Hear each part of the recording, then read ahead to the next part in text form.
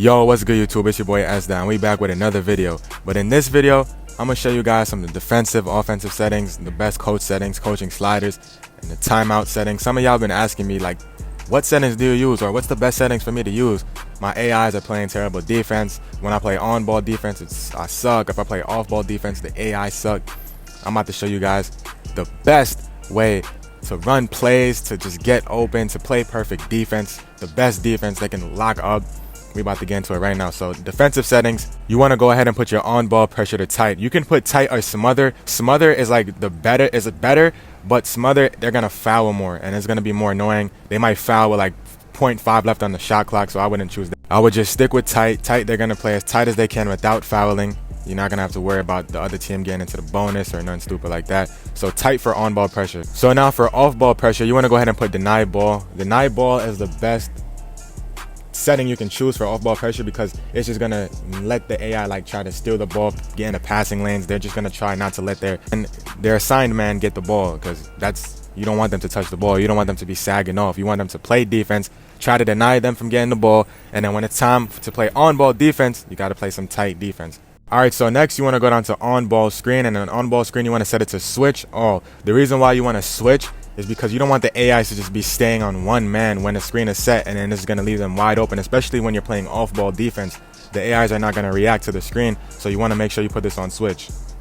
Now once you get down to on-ball screen center, you want to go ahead and do the same thing. You want to put switch all, and for a great suggestion, you want to make sure that your lineup is very tall. Like if you know me, you know I run tall lineups. You want to make sure that your lineup is at least 6'6" and up, so that way when it's time to switch, anybody will be able to guard anybody. And then last but not least, you want to go down to where it says off-ball screen. You want to go ahead and set that to switch.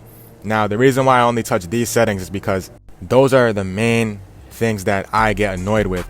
Like when the AIs aren't switching off screens, and you can go ahead and put stay attached, but that means they're not going to play any help defense at all. And it's just very frustrating sometimes because guys might go on a fast break and they're not willing to pick up on that, so it's annoying.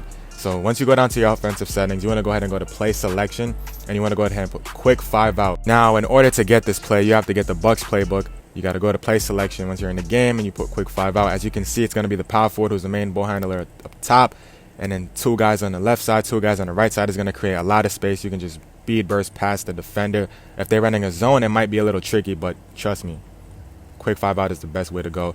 Now for coach settings, you want to go ahead and put your adaptive coaching engine off. You must turn this off. I ain't even gonna lie. This is where the AIs are gonna control your offense or defense. They're gonna just be all over the place. They might switch your defense to a zone, all of that. You got to turn that off. Turn that off. Now coaching sliders, you know the drill. Help defense all the way down to 0. And that is the best settings to do. You want to make sure you do that in under a minute. Now once you call timeout, you want to go over and head to defensive coaching emphasis. I don't really touch the offensive like that, but if you want, you can go ahead and mess around with it, put patient offense, or you can get shooters open. That's what I do sometimes, but when I go to defensive, I put no threes, protect perimeter, and then I leave rebounds how it is. The reason I leave the rebounds how it is because I don't want them to all crash, and then like say if the other team gets the offensive board, they're gonna kick it out, and my players are gonna be too slow to get back up. So you want to just put no threes, protect perimeter, and those are the best settings in my opinion. I'm not gonna lie to you guys. I don't think that's for me. Some people are going to tell you a whole bunch of other things, but I like to make sure I get my settings done in less than 30 seconds, which is I think the whole pause. So I make sure I still got 4 pauses left if I got to change up any settings.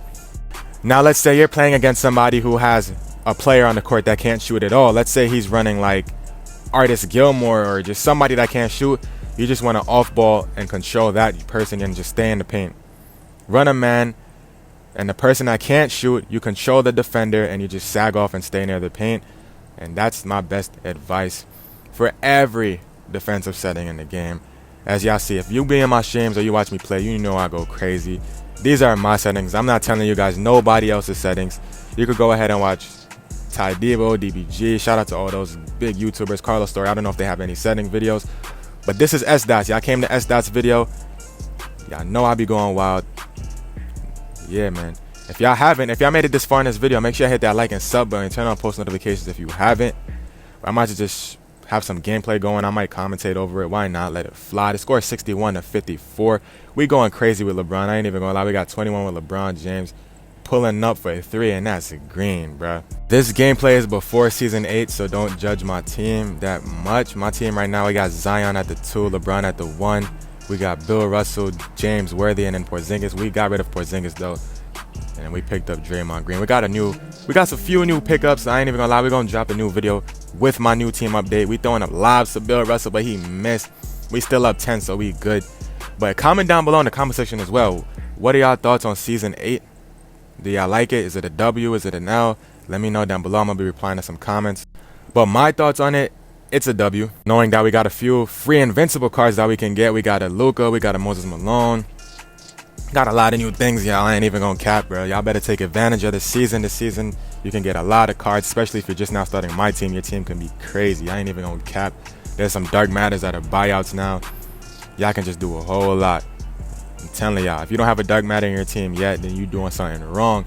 And I'm just being honest. You don't always need a dark matter, obviously. There's gonna be opals that are better. Some people probably suck with certain dark matter. Some dark matter cards suck.